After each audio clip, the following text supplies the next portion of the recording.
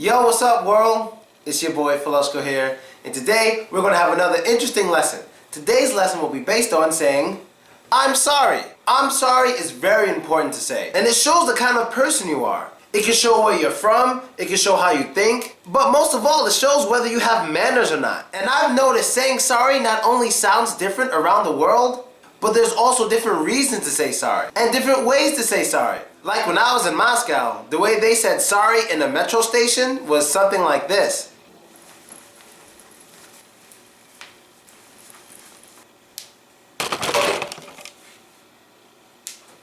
In the Moscow metro stations, people run into each other all the time. They almost never say sorry.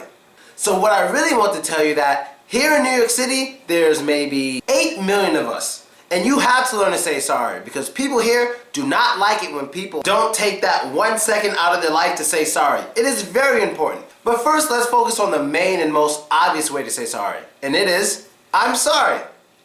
Now, a lot of people have a problem with the R sound in this word. And I understand, in your language, most likely when you make the R sound, you probably roll your tongue or something like that. But of course, in American English, we do not do that. That is an absolute no-no. In American English, when the R is usually somewhere in the middle of the word, we have a very relaxed R. We say it like this, sorry, sorry, sorry. It's very relaxed and very low. But I notice a lot of people can't really do that sort of R, especially the foreigners who come to visit America. So I'll give you a tip. You can say, sorry, sorry, sorry. And what is the difference between sorry and sorry? I'll teach you. Pretend my hand is your tongue. And this, of course, is the front of the tongue. What you want to do when you come to the R sound in sorry, you do not want to lift the front of your tongue up. If you lift the front of your tongue up, it will sound like this. Sorry, sorry, sorry.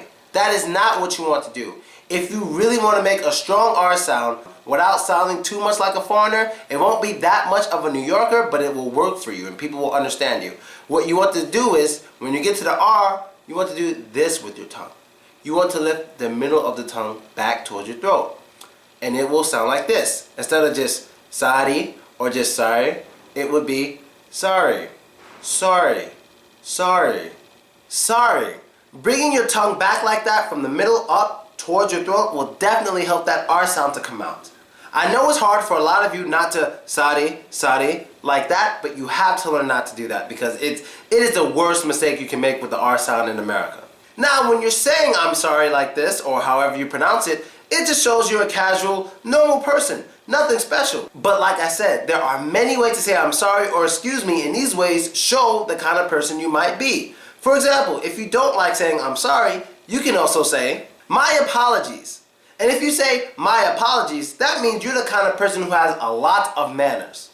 And it also shows that you're classy. My nigga.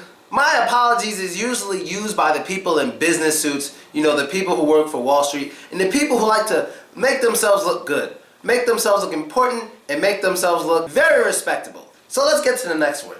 If you want to say I'm sorry in a way to show that you're hip and cool and you maybe listen to some hip hop, what you definitely want to say is my bad.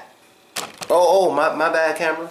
Yes, my bad. And you can also add fam after it. Fam is a real Ebonics way of saying like friend or companion. So it could be my bad family, my bad, or just my bad fam.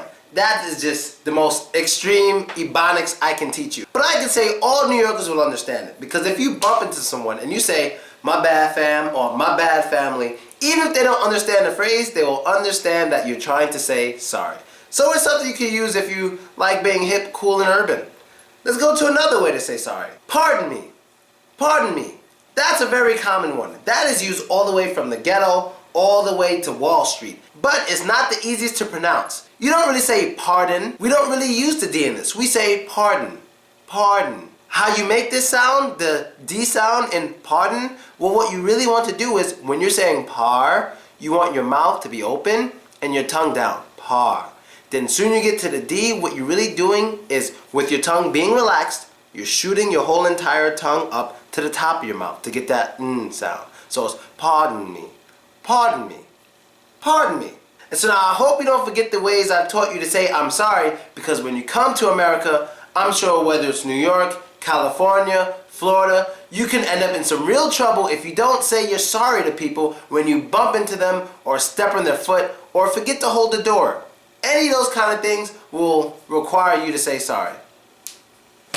Oh, damn, man. Sorry about that.